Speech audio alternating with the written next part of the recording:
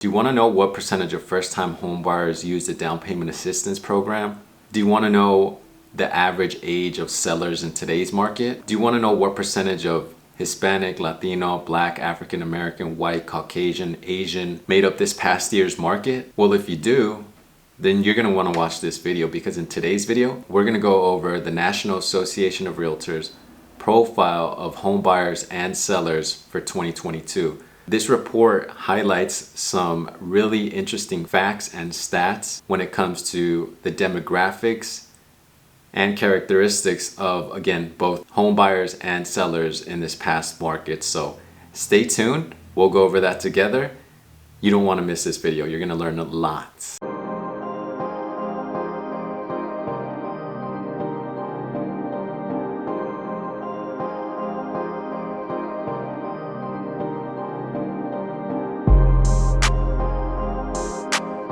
And just for numbers' sake, the data was collected from July 2021 to June of 2022. And once again, if you don't know who I am, my name is Charlie. I'm your favorite realtor here in Los Angeles, and welcome to the channel. So I'll put this link down below in the show more info section. This is the highlights. Again, we're not going to go over the full report. The full report is, probably more than 100 pages. So we're just going to go over some of the highlights from the profile of home buyers and sellers. Again, this is conducted by the National Association of Realtors. So the big dogs when it comes to realtors. So for most home buyers, the purchase of real estate is one of the largest financial transactions they will make. Buyers purchase a home not only for the desire to own their home, but also because of changes in jobs, family situations, and the need for a smaller or larger living area. The annual survey conducted by the National Association of Realtors of recent home buyers. This is pretty much the table of contents, and we'll go ahead and go over these together. So check that out. That's what we're going to be going over. So let's get started. So check this out. Characteristics of home buyers. First-time home buyers made up 26%, down from last year's 34%. This is the lowest share of first-time buyers since the data collection began. I don't know exactly when the data collection began, but it's down about 8% from last year. The typical first-time buyer was 36 years old this year, rising from 33 last year, while the typical repeat buyer age climbed to 59 years. Both are all-time highs. Interesting. So maybe due to inflation, the average age of first-time home buyers went from 33 to 36. Interesting. And repeat buyers are around 60 years old. What? I did not know that. 61% of recent buyers were married couples. 61%. Okay. 17 were single females. Wow. 9% were single males. Wow. The percentage of single females compared to single males is pretty big. I mean, that's a whole 8%. I mean, 17% for 17% for single females, 16 or maybe 15 for males. Wouldn't be that huge of a difference, but 17% were single females and only 9% were single males. How interesting. And 10% were unmarried couples. This is the highest share of unmarried couples recorded. Huh. Maybe less and less people are getting married. Interesting. Among first-time buyers, 18% of buyers were unmarried couples and 5% were other household compositions. Both are the highest shares recorded. 14% of home buyers purchase a multi-generational home to take care of aging parents. Okay, that makes sense. Because of children or relatives over the age of 18 moving back home and for cost savings. All right, now this is an interesting one. 88% of buyers were white, Caucasian, 8% were Hispanic, Latino, 3% were Black, African American, 2% were Asian Pacific Islander, and 3% identified as other. The share of white, Caucasian buyers and Hispanic, Latino buyers both grew this year, while the share of other racial and ethnic groups declined. So I know I took a look at last year's report, the report from 2021. I believe the percentage of African Americans who were buyers was, I think 6% last year, and then Asians was about 8%. So that's a pretty big decline. If you have any questions, please go ahead and comment down below. I'll get to your questions as soon as possible. This is interesting. 91% of recent buyers identified as heterosexual. Okay, so still the majority of buyers are straight, 2% as gay or lesbian, 2% as bisexual, and 5 preferred not to answer. That's funny. I wonder why. 22% of recent buyers were veteran. Wow. And 1% were active duty service members. Okay. At 22%, the primary reason for purchasing a home was the desire to own a home of their own. For first-time buyers, this number jumps to 62%. Yeah, I mean that makes sense. There's so many benefits. There's so many benefits of home ownership. Characteristics of homes purchased. All right, let's go ahead and look at that. 12% of buyers purchased a new home, and 88% of buyers purchased a previously owned home. So 12%, we're talking about, a brand new home, a new build. That's what we're talking about. And 88% of buyers purchase a previously owned home, which is your typical single family residential. Most recent buyers who purchased new homes were looking to avoid renovations and problems with plumbing or electricity at 41%. Wow. So if you're an agent, you definitely want to look out for these. Plumbing or electricity at 41%. They wanted to avoid those problems. So again, if you're an agent, make sure that these are not issues that come up during the home buying process, as most people are looking to avoid these problems. Buyers who purchased previously owned homes were most often considering better price at 31%. Detached single-family homes continue to be the most common type for recent buyers at 79%, followed by mobile or manufactured houses at 8%. Interesting. I wonder if this number increased or decreased the amount of purchases of mobile or manufactured homes. I'm curious if that went up or down from last year because of inflation.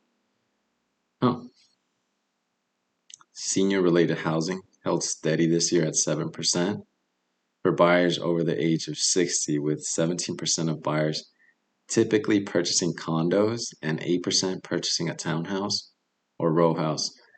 This is something that actually just came up recently. I was, calling a recent expired, as you know, I do cold call, and one of the reasons he wants to move is upkeep. I mean, these bigger houses, they require so much upkeep, and he's pretty much tired of it. That's why he's looking to sell, get into something smaller with much less maintenance. So yeah, that's true. I mean, when you get older, you don't have the capacity or the energy to, you know, maintaining this home. So that's definitely something you want to look at for future purposes. And that's why they buy condos and townhouses, because those are smaller. If something does come up with a townhouse or a condo, the cost is split. So again, I'll leave a link to one of the videos of why buying a condo might be a better option for you. So make sure you check that out. I'll leave that in the show more info section.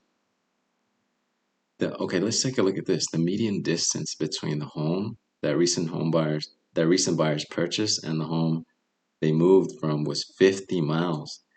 This is a significant increase in distance moved, as the distance between 2018 and 2021 was a median of 15 miles. So in my city here in Los Angeles, that 100% makes sense, as the closer that you get to the city, the more expensive it is. So a lot of people are moving to, for example, the Inland Empire, San Bernardino, Palmdale, Lancaster. I remember we put in an offer on a property in Palmdale, 425, 3-bed, 2-bath, huge backyard, really nice curb appeal. And that payment came out to somewhere around $3,000 a month. Again, I'm not quoting anything. I'm just saying for that particular buyer that I helped, that was the monthly payment, somewhere around 3,000, closer to four, in the mid 3,000. So there is properties, and we're talking about 7% interest rate here. So we're not talking about 2, 3%. We're talking about 7% interest rate. So there are properties for sale. Yeah, I can understand why people are moving further away from the city because it is more affordable out there. And it might be an hour drive, but it's 100% worth it. Comment down below how far it is from LA to San Bernardino.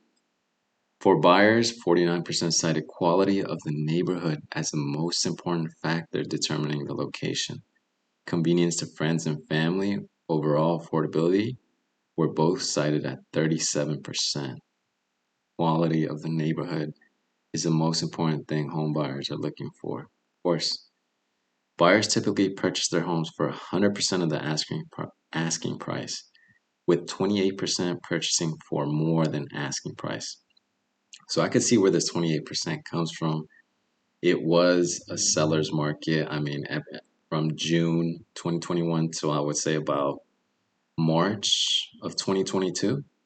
And we were seeing some insane offers. I mean, over asking 200, 300, $400,000 above asking price.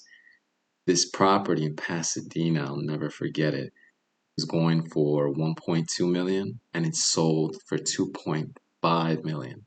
And this was in February of this year. Can you imagine $1.2 million above asking price? Crazy, right? Only in California. The typical home that was recently purchased was 1,800 square feet. Okay, that makes sense. Had 3 bedrooms and 2 bathrooms and was built in 1986. Interesting. That's a good fact to share with your buyers agents. Overall, buyers expected to live in their homes for a median of 15 years, while 28% said they were never moving. Okay, so 15 years, they're expecting to live in their current home. The home search process. For 47% of recent buyers, the first step that they took in the home buying process was to look online. Wow, almost 50%. While 18% of buyers first contacted a real estate agent. Interesting. 86% of recent buyers found their real estate agent to be very or somewhat useful information source. Okay, that's good to hear. Buyers typically searched for 10 weeks and looked at a median of 5 homes and viewed 4 homes only online. The number of weeks searching for a home grew from 8 weeks seen in the 2020 and 2021 reports. Okay, so it grew about 2 more weeks. So buyers are, taking a little bit longer to find and secure a home. Nearly all buyers used online tools in the search process at 96%. When asked where their internet searches were conducted, they typically conducted 60% of their search on mobile devices, of course, and 34% on a desktop laptop. Wow, 60% on your phones. That makes sense. 90%, 91% of recent buyers were at least somewhat satisfied with their recent home buying process. Hey, that's good news.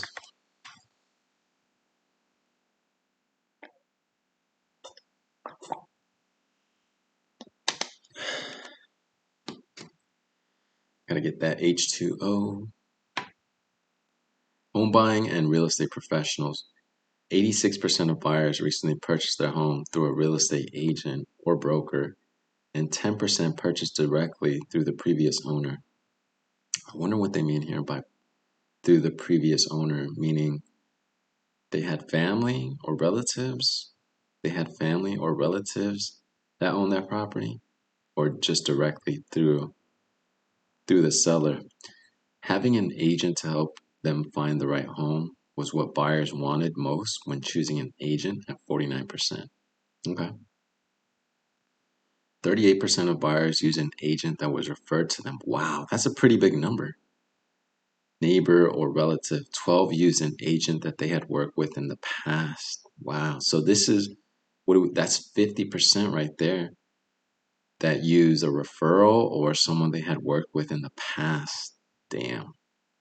I mean, it is tough for new buyers agents, man. I can speak on that.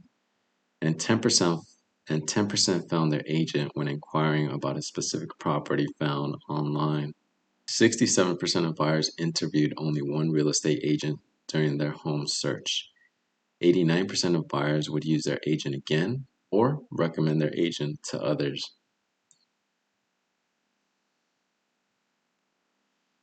Financing the home purchase. 78% of recent buyers financed their home, down from 87% in the 2021 report.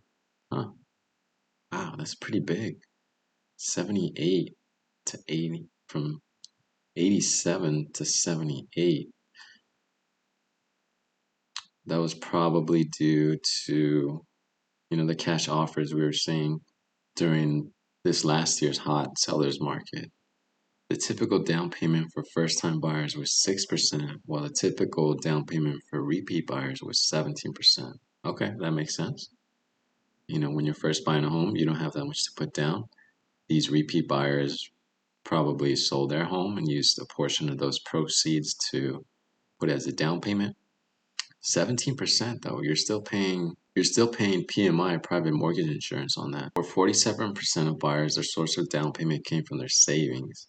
38% of repeat buyers cited using proceeds from the sale of a primary residence. Well, 22% of first-time buyers used a gift or loan from friends or family for the down payment.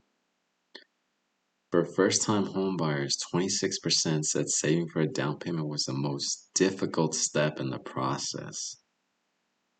That makes sense. The majority of first-time home buyers did make financial sacrifices to purchase a home. For those who did, the most common sacrifices buyers reported were cutting spending on luxury goods, entertainment, and clothes. You gotta eat, baby. Buyers continue to see purchasing a home as a good financial investment. 88% reported they view a home purchase as a good investment, the best investment you'll make. Now, home sellers and their selling experience. The typical home seller was 60 years old, an increase from 56 last year. For all sellers, the most commonly cited reason for selling their home was the desire to move closer to friends and family, 21%, moving due to retirement, 11%, or the neighborhood has become less desirable, 11%. Wow, 60 years old. They got this lady over here that depicts a home seller. Comment down below if you help. Comment down below if you've helped this lady sell her home. Sellers typically live in their home for 10 years before selling. This is an increase from 8 in last year's report, but reverts back to the same tenure seen in 2019 and 2020. 41% of sellers traded up to a larger home, and 32 purchased home. 41% of sellers traded up to a larger home, and 41% of sellers traded up to a larger home, and 32% purchased the same size home. 86% of home sellers worked with a real estate agent to sell their home. 10% sold via FSBO, or sale by owner, and less than 1% sold via iBuyer. Interesting. 10% sold FSBO. For recently sold homes, the final sales price was a median of 100% of the final listing price, the highest recorded since 2002. What? I don't get that. Recently sold homes were on the market for a median of 2 weeks, an increase from 1 week last year. This number is definitely going up. I mean, we're seeing a lot of homes, at least in my area, stay on the MLS for more than a month. We're talking about 1, 2 months. I mean, this number is definitely going to increase, uh, especially in this quarter. Only 20% of sellers offered incentives to attract buyers, a drop from 26% of all sellers last year. This number is also going to increase as we're seeing in the LA market. A lot of sellers are offering concessions because for closing costs because they understand that it's very, very tough for buyers to purchase a home. So again, that's a good reason to purchase a home now because a lot of sellers are offering those concessions when it comes to closing costs. And this number is definitely going to go up. You're going to see this number go up from this year to next. Watch. 91% of sellers were at least somewhat satisfied with the selling process. All right, cool. So Emma was pretty satisfied over here. Cool. Home selling and real estate professionals. 63% of sellers found their agent through a referral from a friend. Wow. That is huge. Neighbor or relative or use an agent they had worked with before to buy or sell a home. 63%. Wow. Those OGs in the game, I mean, that's how they get their business referrals. 80% of recent sellers contacted only one agent before finding the right agent they work with to sell their home. 39% of sellers use the same agent to purchase a home as sell their home, a share which rises to 85% for sellers who purchase a new home within 10 miles. What the hell?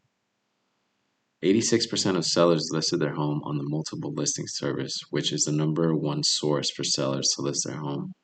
Absolutely. And when you sell for sale by owners, one of the reasons you don't want to do that is because you don't get enough exposure.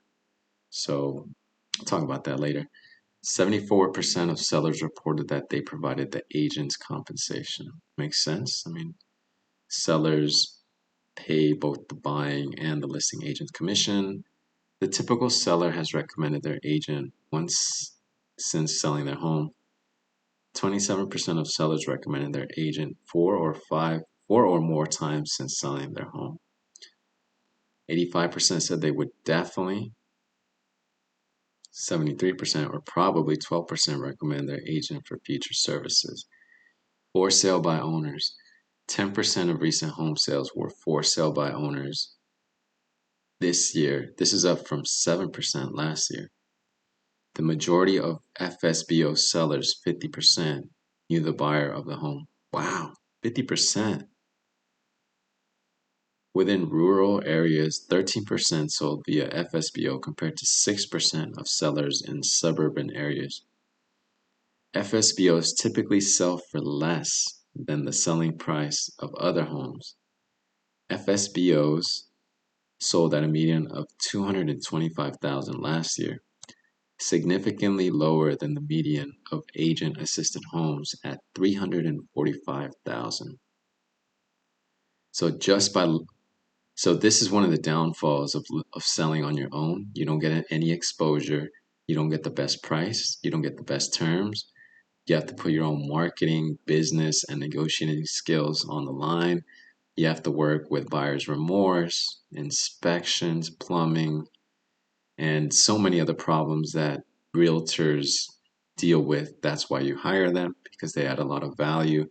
They get your home sold for more, $225,000 compared to $345,000 with the help of an agent. So that's what, $120,000 that you're leaving on the table. Wow. So I hope you guys liked this video. Make sure to like and subscribe. Thank you for watching, and I hope you learned something from this.